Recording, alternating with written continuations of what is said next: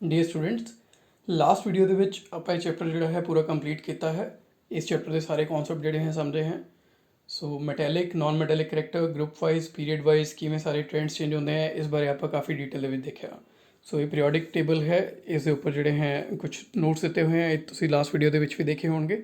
ਜੇ ਤੁਹਾਨੂੰ ਕਿਤੇ ਵੀ ਡਾਊਟ ਹੋਵੇ ਤਾਂ ਇੱਕ ਵਾਰ ਫਿਰ ਇਸ ਵੀਡੀਓ ਵਿੱਚ ਇਸ ਦਾ ਸਕਰੀਨਸ਼ਾਟ ਲੈ ਕੇ ਇਸ ਨੂੰ ਚੰਗੀ ਤਰ੍ਹਾਂ ਇੱਕ ਵਾਰ ਦੇਖ ਲੈਣਾ। ਹੁਣ ਆਪਾਂ ਇਸੇ ਕੁਐਸਚਨਸ 'ਤੇ ਆਉਂਦੇ ਹਾਂ। ਅਗਲੇ ਪੇਜ ਤੇ ਕੁਝ ਕੁਐਸਚਨਸ ਦਿੱਤੇ ਹੋਏ हैं। पेज नंबर 90 है इंग्लिश मीडियम बुक ਦੇ ਵਿੱਚ। जस्ट बिफोर द एक्सरसाइज है, एक्सरसाइज ਤੋਂ जस्ट बिफोर क्वेश्चंस हैं। ਤਾਂ ਆਪਾਂ ਕੀ ਕਰਕੇ ਇਹਨਾਂ ਕੁਐਸਚਨ ਦੇ ਆਨਸਰ ਦੇਖਦੇ ਹਾਂ। ਪਹਿਲਾ ਕੁਐਸਚਨ ਹੈ, how could the modern periodic table remove various anomalies of Mendeleev's periodic table. How could ਯਾਨੀ ਕਿ ਕਿਵੇਂ ਮਾਡਰਨ ਪੀਰੀਓਡਿਕ ਟੇਬਲ ਕਿਵੇਂ ਜਿਹੜੀਆਂ ਵੀ ਅਨੋਮਲੀਜ਼ ਹੈ, ਜਿਹੜੇ ਵੀ ਡਾਊਟਸ ਹੈ, ਉਹ ਸਾਰੇ ਠੀਕ ਕਰ ਪਾਈ ਜਿਹੜੇ ਕਿ ਮੈਂਡਲੀ ਪੀਰੀਓਡਿਕ ਟੇਬਲ ਦੇ ਸੀ। ਕਿਵੇਂ ਕਰ ਪਾਈ? ਬੜਾ ਹੀ ਸਿੰਪਲ ਆਨਸਰ ਹੈ। ਜਿਹੜਾ ਮੈਂਡਲੀਵ ਦੀ ਪੀਰੀਓਡਿਕ ਟੇਬਲ ਸੀ ਉਹਦਾ ਬੇਸ ਕੀ ਸੀ? That was atomic mass. ਇਹਨਾਂ ਨੇ ਕੀ ਕੀਤਾ? ਅਟੋਮਿਕ ਮਾਸ ਦੀ ਜਗ੍ਹਾ ਤੇ ਅਟੋਮਿਕ ਨੰਬਰ ਨੂੰ ਬੇਸ ਮੰਨਿਆ। ਅਟੋਮਿਕ ਨੰਬਰ ਨੂੰ ਬੇਸ ਮੰਨਣ ਨਾਲ ਹੀ ਸਾਰੀਆਂ ਚੀਜ਼ਾਂ ਆਟੋਮੈਟਿਕਲੀ ਰਿਜ਼ੋਲਵ ਹੋ ਗਈਆਂ। Okay, so that is your answer of the first question. Next ਹੈ, name two elements you would expect to show chemical reactions similar to magnesium. What is the basis of your choice. ਹੁਣ ਕੋਈ ਵੀ chemical reaction ਹੁੰਦੀ ਹੈ ਉਹ ਹੁੰਦੀ ਹੈ stable ਹੋਣ ਲਈ। ਆਪਾਂ ਆਲਰੇਡੀ ਡਿਸਕਸ ਕਰ ਚੁੱਕੇ ਹਾਂ। ਕੈਮੀਕਲ ਰਿਐਕਸ਼ਨਸ ਅਜੇ ਨਹੀਂ ਕੀਤੀਆਂ ਹੈ, ਬਟ ਇਹ ਆਪਾਂ ਡਿਸਕਸ ਕਰ ਚੁੱਕੇ ਹਾਂ ਕਿ ਵੈਲੈਂਸੀ ਕੀ ਹੁੰਦੀ ਹੈ, ਵੈਲੈਂਸ ਇਲੈਕਟ੍ਰੋਨਸ ਕੀ ਹੁੰਦੇ ਹੈ, ਅਤੇ ਕੋਈ ਵੀ ਐਲੀਮੈਂਟ ਜਿਹੜਾ ਹੈ ਇਲੈਕਟ੍ਰੋਨ ਲੈਂਦੀ ਅਤੇ ਦਿੰਦੀ ਕਿਉਂ ਹੈ? ਸਟੇਬਲ ਹੋਣ ਲਈ। ਜਦੋਂ ਕਿਸੇ ਨੂੰ ਇਲੈਕਟ੍ਰੋਨ ਦੇਗੀ ਜਾਂ ਕਿਸੇ ਕੋਲੋਂ ਇਲੈਕਟ੍ਰੋਨ ਲਏਗੀ ਤਾਂ ਉਹਨੂੰ ਕੈਮੀਕਲ ਰਿਐਕਸ਼ਨ ਕਿਹਾ ਜਾਂਦਾ। ਓਕੇ, ਸੋ ਕੈਮੀਕਲ ਰਿਐਕਸ਼ਨ ਮੈਗਨੀਸ਼ੀਅਮ ਜੋ ਰਿਐਕਸ਼ਨ ਕਰਦਾ ਹੈ, ਜਿਹਦੇ ਨਾਲ ਵੀ ਮਿਲ ਕੇ ਜੋ ਵੀ ਬਣਾਉਂਦਾ ਹੈ। ਸੋ ਕਿਹੜੀਆਂ ਹੋਰ ਐਲੀਮੈਂਟਸ ਮੈਗਨੀਸ਼ੀਅਮ ਵਾਲੀਆਂ ਹੀ ਪ੍ਰੋਪਰਟੀਜ਼ ਸ਼ੋ ਕਰ ਪਾਉਣਗੀਆਂ, ਜਿਨ੍ਹਾਂ ਦੀ ਵੈਲੈਂਸੀ ਬਿਲਕੁਲ ਮੈਗਨੀਸ਼ੀਅਮ ਵਾਲੀ ਹੋਏਗੀ। ਉਹੀ ਐਲੀਮੈਂਟਸ ਮੈਗਨੀਸ਼ੀਅਮ ਦੀ ਤਰ੍ਹਾਂ ਹੀ ਕੈਮੀਕਲ ਰਿਐਕਸ਼ਨ ਕਰ ਪਾਉਣਗੀਆਂ। ਸੇਮ ਵੈਲੈਂਸੀ ਮਤਲਬ ਸੇਮ ਗਰੁੱਪ ਹੋ ਗਿਆ। ਪੀਰੀਓਡਿਕ ਟੇਬਲ 'ਚ ਦੇਖ ਲੈਂਦੇ ਹਾਂ। ਮੈਗਨੀਸ਼ੀਅਮ ਕਿੱਥੇ ਦਿਖ ਰਿਹਾ ਤੁਹਾਨੂੰ? ਧਿਆਨ ਨਾਲ ਦੇਖੋ। This is magnesium. ਕਿਹੜੇ ਗਰੁੱਪ ਦੇ ਵਿੱਚ ਹੈ? ਗਰੁੱਪ 2। ਯਾਨੀ ਗਰੁੱਪ 2 ਦੀਆਂ ਬਾਕੀ ਸਾਰੀਆਂ ਐਲੀਮੈਂਟਸ ਉਸੇ ਤਰੀਕੇ ਨਾਲ ਕੈਮੀਕਲ ਰਿਐਕਸ਼ਨ ਕਰਨਗੀਆਂ ਜਿਸ ਤਰੀਕੇ ਨਾਲ ਮੈਗਨੀਸ਼ੀਅਮ ਕਰ ਪਾਉਂਦੀ ਹੈ। Okay, so that is your answer. Next question ਹੈ, name 3 elements that have a single electron in their outermost shell. ਇਹੋ ਜਿਹੀਆਂ ਕੋਈ 3 ਐਲੀਮੈਂਟਸ ਦੱਸੋ ਜਿਨ੍ਹਾਂ ਦੇ ਸਭ ਤੋਂ ਬਾਹਰ ਵਾਲੇ ਸ਼ੈਲ ਦੇ ਵਿੱਚ, ਆਊਟਰਮੋਸਟ ਸ਼ੈਲ ਮਤਲਬ ਸਭ ਤੋਂ ਬਾਹਰ ਵਾਲਾ ਸ਼ੈਲ, ਉਹਦੇ ਵਿੱਚ ਸਿੰਗਲ ਯਾਨੀ ਕਿ ਇੱਕੋ ਇਲੈਕਟ੍ਰੋਨ ਹੁੰਦਾ। ਸਭ ਤੋਂ ਬਾਹਰ ਵਾਲੇ ਸ਼ੈਲ ਦੇ ਵਿੱਚ ਇੱਕੋ ਇਲੈਕਟ੍ਰੋਨ, ਵੈਲੈਂਸੀ ਕਿੰਨੀ ਹੋ ਗਈ? +1। ਕਿਹੜਾ ਗਰੁੱਪ ਹੋ ਗਿਆ? ਪਹਿਲਾ ਗਰੁੱਪ। ਓਕੇ, ਸੋ ਇਸ ਨੂੰ ਜਿਹੜਾ ਹੈ ਪਹਿਲਾ ਗਰੁੱਪ। ਪਹਿਲੇ ਗਰੁੱਪ ਦੇ ਵਿੱਚ ਜਿੰਨੇ ਵੀ ਐਲੀਮੈਂਟਸ ਹੈ, ਦੇ all have +1 valency, they all have 1 valence electron, single valence electron in their outermost shell. Okay, right. Next ਆ ਜਾਂਦਾ ਹੈ, 2 elements that have 2 electrons in their outermost shell. ਕੋਈ ਇਹੋ ਜਿਹੇ 2 ਐਲੀਮੈਂਟਸ ਜਿਨ੍ਹਾਂ ਦੇ ਆਊਟਰਮੋਸਟ ਸ਼ੈਲ ਦੇ ਵਿੱਚ 2 ਇਲੈਕਟ੍ਰੋਨ ਹੋਣ, ਸਿਰਫ 2 ਇਲੈਕਟ੍ਰੋਨ, ਯਾਨੀ ਕਿ 2 ਇਲੈਕਟ੍ਰੋਨ ਹੋਣ +2 ਵੈਲੈਂਸੀ, +2 ਵੈਲੈਂਸੀ। ਓਕੇ, ਸੋ +2 ਵੈਲੈਂਸੀ ਤੁਹਾਨੂੰ ਕਿੱਥੇ ਦਿਖ ਰਹੀ ਹੈ? ਸਿਰਫ 2 ਇਲੈਕਟ੍ਰੋਨ ਮਤਲਬ ਕੌਨਫੀਗਰੇਸ਼ਨ ਕੀ ਹੋਗਾ? 282। ਕੇ ਸ਼ੈਲ ਦੇ ਵਿੱਚ 2 ਇਲੈਕਟ੍ਰੋਨਸ, ਐਲ ਸ਼ੈਲ ਦੇ ਵਿੱਚ 8 ਇਲੈਕਟ੍ਰੋਨਸ ਐਂਡ ਐਮ ਸ਼ੈਲ ਦੇ ਵਿੱਚ 2 ਇਲੈਕਟ੍ਰੋਨਸ, ਯਾਨੀ ਕਿ +2 ਵੈਲੈਂਸੀ, ਯਾਨੀ ਕਿ ਸੈਕਿੰਡ ਗਰੁੱਪ।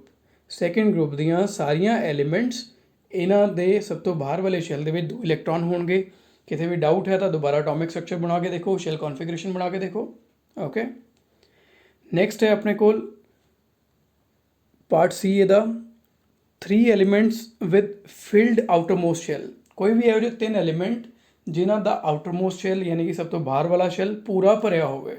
ਪੂਰਾ ਭਰਿਆ ਹੋਣਾ ਮਤਲਬ ਨਾ ਉਹ ਇਲੈਕਟ੍ਰੋਨ ਦੇਣ ਦੀ ਇੱਛਾ ਰੱਖਦਾ ਹੋਵੇ, ਨਾ ਇਲੈਕਟ੍ਰੋਨ ਲੈਣ ਦੀ ਇੱਛਾ ਰੱਖਦਾ ਹੋਵੇ, ਮਤਲਬ ਕਿ ਇਨਰਟ ਗੈਸਿਸ ਹੋਣ, ਨੋਬਲ ਗੈਸਿਸ ਹੋਣ।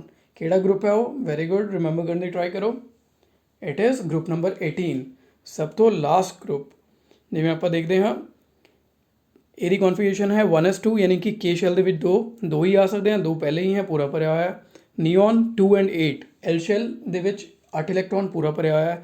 ਇਵੇਂ ਜਿੰਨੇ ਵੀ ਐਲੀਮੈਂਟਸ ਹੈ ਇਹਨਾਂ ਸਭ ਦਾ ਆਊਟਰਮੋਸਟ ਸ਼ੈਲ ਪੂਰਾ ਭਰਿਆ ਹੋਇਆ ਹੈ। ਇਹ ਸਾਰੀਆਂ ਨੋਬਲ ਗੈਸਿਸ ਹੈ, ਵੈਲੈਂਸੀ 0, ਪੂਰਾ ਭਰਿਆ ਮਤਲਬ ਵੈਲੈਂਸੀ 0। क्वेश्चन नंबर 4 है A part, lithium, sodium, potassium are all metals that react with water to liberate hydrogen gas. Is there any similarity in the atoms of these elements?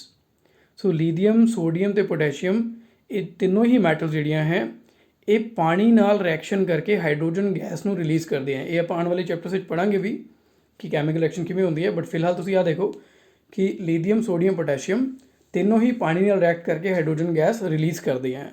ਤਾਂ ਇਹਨਾਂ ਤਿੰਨਾਂ ਦੇ atoms ਦੇ ਵਿੱਚ ਕੀ ਸਿਮਿਲੈਰਿਟੀ ਹੈ? ਬੜਾ ਹੀ simple ਤਰੀਕਾ ਹੈ। ਇਹਨੂੰ ਪੀਰੀਓਡਿਕ ਟੇਬਲ ਦੇ ਵਿੱਚ ਦੇਖੋ ਕਿੱਥੇ ਹੈ ਤਿੰਨੋਂ ਐਲੀਮੈਂਟਸ, ਏਰੀ ਲੀਥੀਅਮ, ਏਰੀ ਸੋਡੀਅਮ, ਏਰੀ ਪੋਟੈਸ਼ੀਅਮ, ਤਿੰਨੋਂ ਹੀ ਸੇਮ ਗਰੁੱਪ ਦੇ ਵਿੱਚ ਹੈ। ਤਾਂ ਐਟਮ ਦੇ ਵਿੱਚ ਕੀ ਸਿਮਿਲੈਰਿਟੀ ਹੋਏਗੀ? ਸਭ ਤੋਂ ਆਊਟਰਮੋਸਟ ਸ਼ੈਲ ਦੇ ਵਿੱਚ electrons, number of electrons same ਹੋਣਗੇ, ਵੈਲੈਂਸੀ ਇਹਨਾਂ ਤਿੰਨਾਂ ਦੀ ਸੇਮ ਹੋਏਗੀ, ਸੇਮ ਗਰੁੱਪ ਦੇ ਐਲੀਮੈਂਟਸ हैं। ओके, नेक्स्ट आ गया part B of fourth question. Helium is an unreactive gas and neon is a gas of extremely low reactivity. What, if anything, do their atoms have in common? Okay, so helium ਤੇ ਨੀਓਨ, helium ਬਿਲਕੁਲ ਹੀ ਅਨਰੀਐਕਟਿਵ ਹੈ, ਨੀਓਨ ਦੀ ਵੀ ਰਿਐਕਟਿਵਿਟੀ ਬਹੁਤ ਹੀ ਘੱਟ ਹੈ, ਮਤਲਬ almost ਅਨਰੀਐਕਟਿਵ ਦੇ ਵਾਂਗ ਹੀ ਹੈ। ਅਨਰੀਐਕਟਿਵ ਮਤਲਬ ਕਿਸੇ ਨਾਲ ਰਿਐਕਸ਼ਨ ਨਾ ਕਰਨਾ। ਸੋ ਹੀਲੀਅਮ ਤੇ ਨੀਓਨ ਦੋਨੋਂ ਹੀ ਇਸੇ ਕੈਟਾਗਰੀ 'ਚ ਹੈ, ਅਨਰੀਐਕਟਿਵ ਜਾਂ ਫਿਰ ਬਹੁਤ ਹੀ ਲੀਸਟ ਰਿਐਕਟਿਵ ਹੈ। ਓਕੇ, ਤਾਂ ਇਹਨਾਂ ਦੇ ਆਈਟਮਸ ਦੇ ਵਿੱਚ ਕੀ ਕਾਮਨ ਹੈ? ਜਦੋਂ ਉਹਦੀ ਰਿਐਕਟਿਵਿਟੀ ਜ਼ੀਰੋ ਹੈ, ਰਿਐਕਟਿਵਿਟੀ ਨਹੀਂ ਕਰ ਪਾਉਂਦਾ, ਮਤਲਬ ਕਿਸੇ ਹੋਰ ਨਾਲ ਰਿਐਕਟ ਨਹੀਂ ਕਰਨਾ ਚਾਹੁੰਦਾ, ਮਤਲਬ ਨਾ ਉਹਦੀ ਇਲੈਕਟ੍ਰੋਨ ਦੇਣ ਦੀ ਇੱਛਾ ਹੈ ਨਾ ਇਲੈਕਟ੍ਰੋਨ ਲੈਣ ਦੀ ਇੱਛਾ ਹੈ, ਮਤਲਬ ਉਹਦਾ ਆਊਟਰਮੋਸਟ ਸ਼ੈਲ ਜਿਹੜਾ ਭਰਿਆ ਹੋਏਗਾ। that is the similarity between them. okay, ਤਾਂ ਉਹਨਾਂ ਦੇ ਐਟਮਸ ਦੇ ਵਿੱਚ ਜਿਹੜੇ ਆਊਟਰਮੋਸਟ ਸ਼ੈਲ ਹੈ ਪੂਰਾ ਭਰਿਆ ਹੁੰਦਾ ਇਲੈਕਟ੍ਰੋਨ ਨਾਲ। ਪੀਰੀਓਡਿਕ ਟੇਬਲ ਦੇ ਵਿੱਚ ਵੀ ਦੇਖ ਲੈਂਦੇ ਹਾਂ, ਇਹ ਰਿਹਾ ਹੀਲੀਅਮ, ਇਹ ਰਿਹਾ ਨੀਓਨ। ਹੀਲੀਅਮ ਦੇ ਵਿੱਚ ਆਊਟਮੋਸਟ ਸ਼ੈਲ ਦੇ ਵਿੱਚ 2 ਇਲੈਕਟ੍ਰੋਨ ਹੈ, ਪੂਰਾ ਭਰਿਆ ਹੋਇਆ ਹੈ। ਇਹਦੇ ਆਊਟਮੋਸਟ ਸ਼ੈਲ ਦੇ ਵਿੱਚ 8 ਇਲੈਕਟ੍ਰੋਨ ਹੈ, ਪੂਰਾ ਭਰਿਆ ਹੋਇਆ ਹੈ। ਇਵੇਂ ਹੀ ਬਾਕੀ ਸਾਰੀਆਂ ਵੀ, ਸਭ ਦੇ ਹੀ ਰਿਐਕਟਿਵਿਟੀ ਜ਼ੀਰੋ ਹੈ, ਵੈਲੈਂਸੀ ਜ਼ੀਰੋ ਹੈ ਗਰੁੱਪ 18 ਦੇ ਵਿੱਚ। Okay, so let's get down to next question. Question number 5.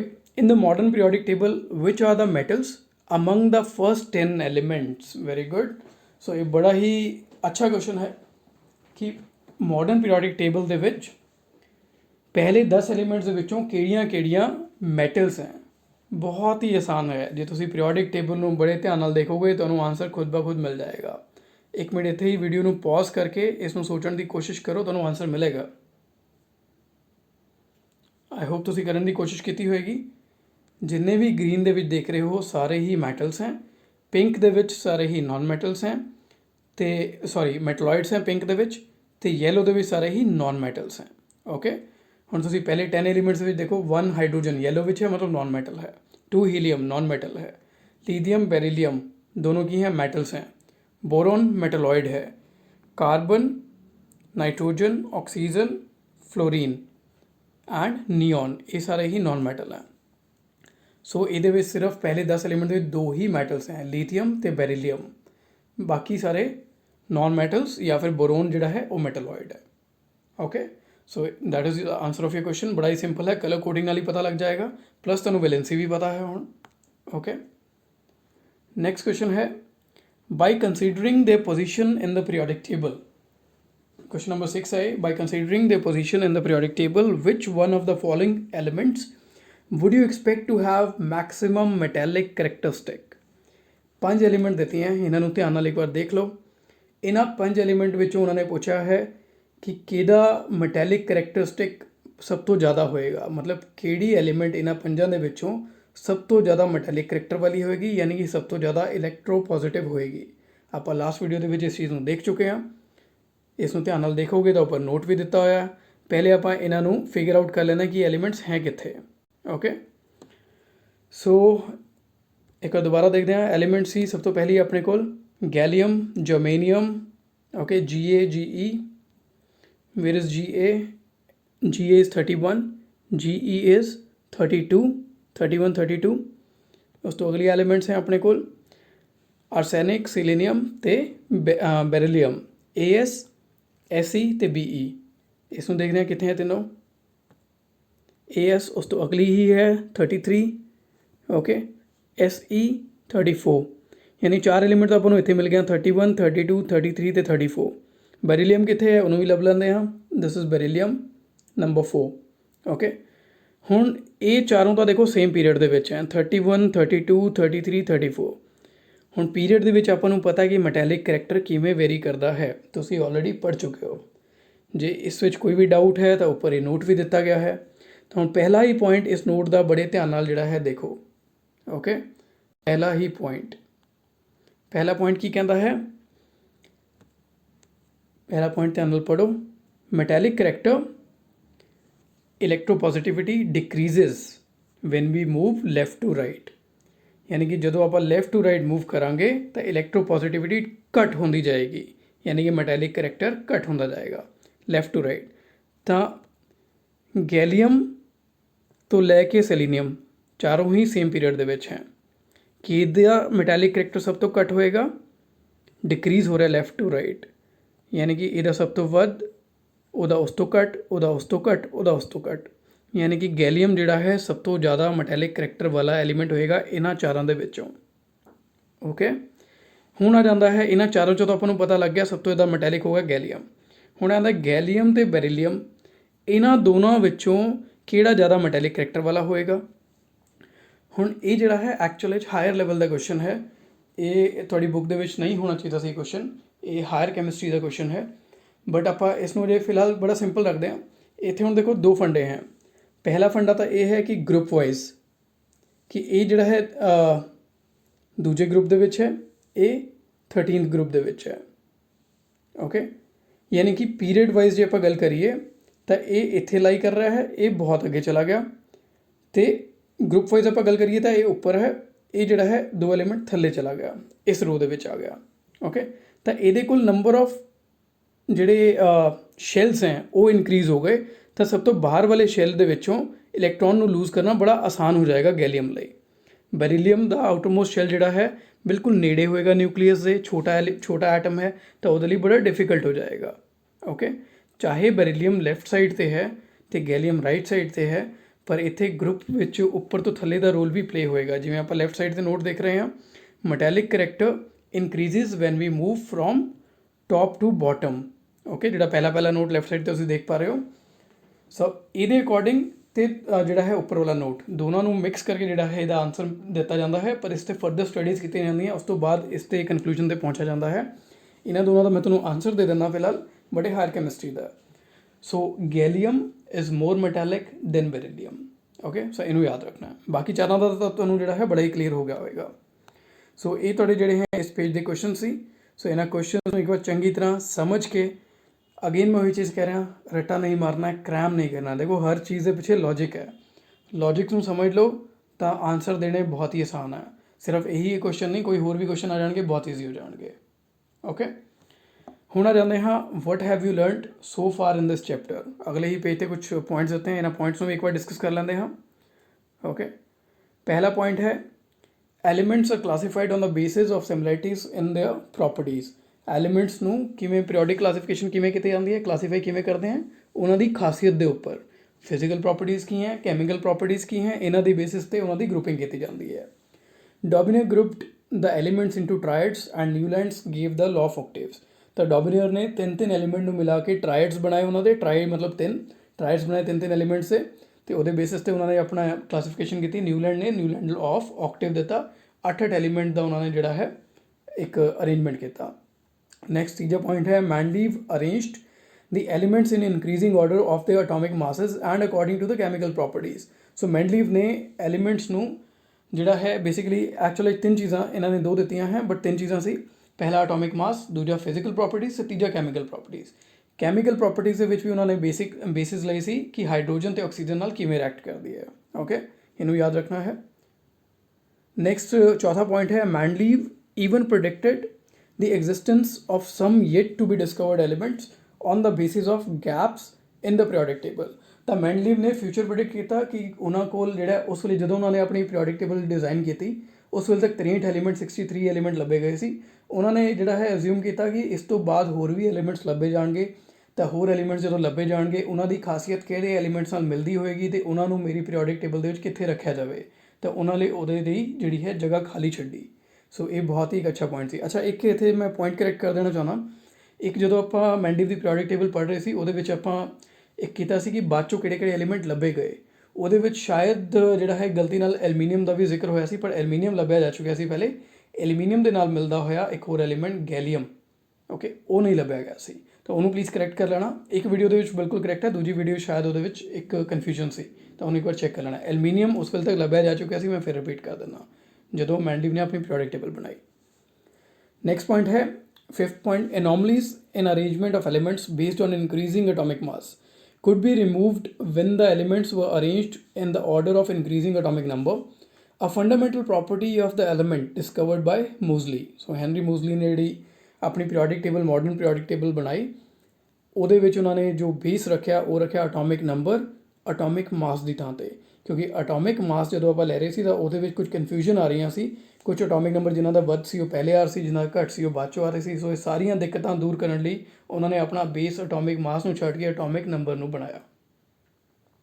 Next point ਹੈ elements in the modern periodic table are arranged in 18 vertical columns called groups and the 7 horizontal rows called periods। ਇਹ ਤਾਂ ਹੁਣ ਤੱਕ ਤੁਸੀਂ ਦੇਖ ਹੀ ਚੁੱਕੇ ਹੋ, ਬੜਾ ਹੀ ਕਲੀਅਰ ਹੈ। 18 ਗਰੁੱਪਸ ਹੈ ਅਤੇ 7 ਪੀਰੀਅਡਸ ਹੈ ਪੀਰੀਓਡਿਕ ਟੇਬਲ ਦੇ ਵਿੱਚ, ਮਾਡਰਨ ਪੀਰੀਓਡਿਕ ਟੇਬਲ ਦੇ ਵਿੱਚ। ਲਾਸਟ ਪੁਆਇੰਟ ਹੈ elements thus arranged show periodicity of properties including atomic size, valency or combining capacity and metallic and non-metallic character।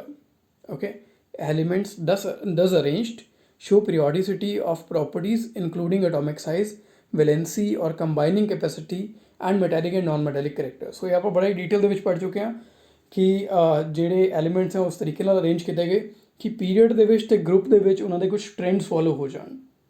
Period ਦੇ ਵਿੱਚ metallic character, non metallic character ਕਿਵੇਂ increase decrease ਕਰਦਾ ਹੈ, valency ਕਿਵੇਂ increase decrease ਕਰਦੀ ਹੈ, atomic size ਕਿਵੇਂ very ਕਰਦਾ ਹੈ। ਓਕੇ, ਅਤੇ ਕੰਬਾਈਨਿੰਗ ਕੈਪੈਸਿਟੀ ਵੈਲੈਂਸੀ 'ਤੇ ਬੇਸ ਹੁੰਦੀ ਹੈ। ਓਕੇ, ਸੇਮ ਚੀਜ਼ ਹੈ। ਇਵੇਂ ਹੀ ਆਪਾਂ ਗਰੁੱਪ ਦੇ ਵਿੱਚ ਵੀ ਦੇਖ ਚੁੱਕੇ ਹਾਂ ਕਿ ਉਹਦੇ ਵਿੱਚ ਜਿਹੜਾ ਹੈ ਵੈਲੈਂਸੀ ਕਿੰਨੀ ਰਹਿੰਦੀ ਹੈ, ਮੈਟੈਲਿਕ ਨਾਨ ਮੈਟੈਲਿਕ ਕਰੈਕਟਰ ਕਿਵੇਂ ਇਨਕਰੀਜ਼ ਡਿਕਰੀਜ਼ ਕਰਦਾ ਹੈ ਅਤੇ ਅਟੋਮਿਕ ਸਾਈਜ਼ ਕਿਵੇਂ ਇਨਕਰੀਜ਼ ਔਰ ਡਿਕਰੀਜ਼ ਕਰਦਾ ਹੈ।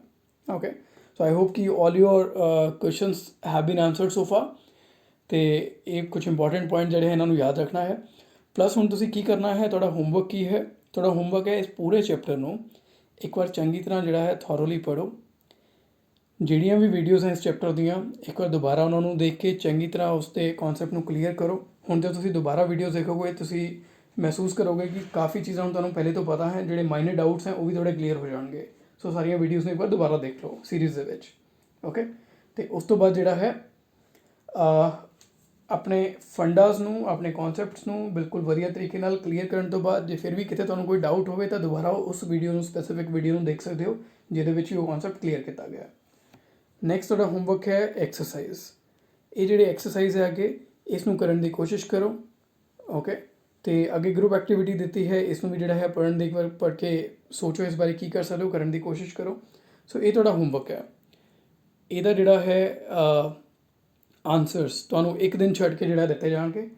ਸੋ ਅੱਜ ਦਾ ਤੁਹਾਡਾ ਕੰਮ ਕੀ ਹੈ, ਦੁਬਾਰਾ ਚੈਪਟਰ ਨੂੰ ਪੂਰਾ ਰਿਵਾਈਜ਼ ਕਰਨਾ, ਚੰਗੀਆਂ ਥੋਰੋਲੀ ਰੀਡ ਕਰਨਾ, ਵੀਡੀਓਜ਼ ਨੂੰ ਦੁਬਾਰਾ ਦੇਖਣਾ, ਕਿਤੇ ਕੋਈ ਡਾਊਟਸ ਹੈ ਤਾਂ ਉਸ ਵੀਡੀਓ ਨੂੰ ਦੁਬਾਰਾ ਇੱਕ ਵਾਰ ਰਿਪੀਟ ਕਰਕੇ ਦੇਖੋ, ਐਕਸਰਸਾਈਜ਼ ਨੂੰ ਜਿਹੜਾ ਹੈ ਸੋਲਵ ਕਰਨ ਦੀ ਕੋਸ਼ਿਸ਼ ਕਰੋ।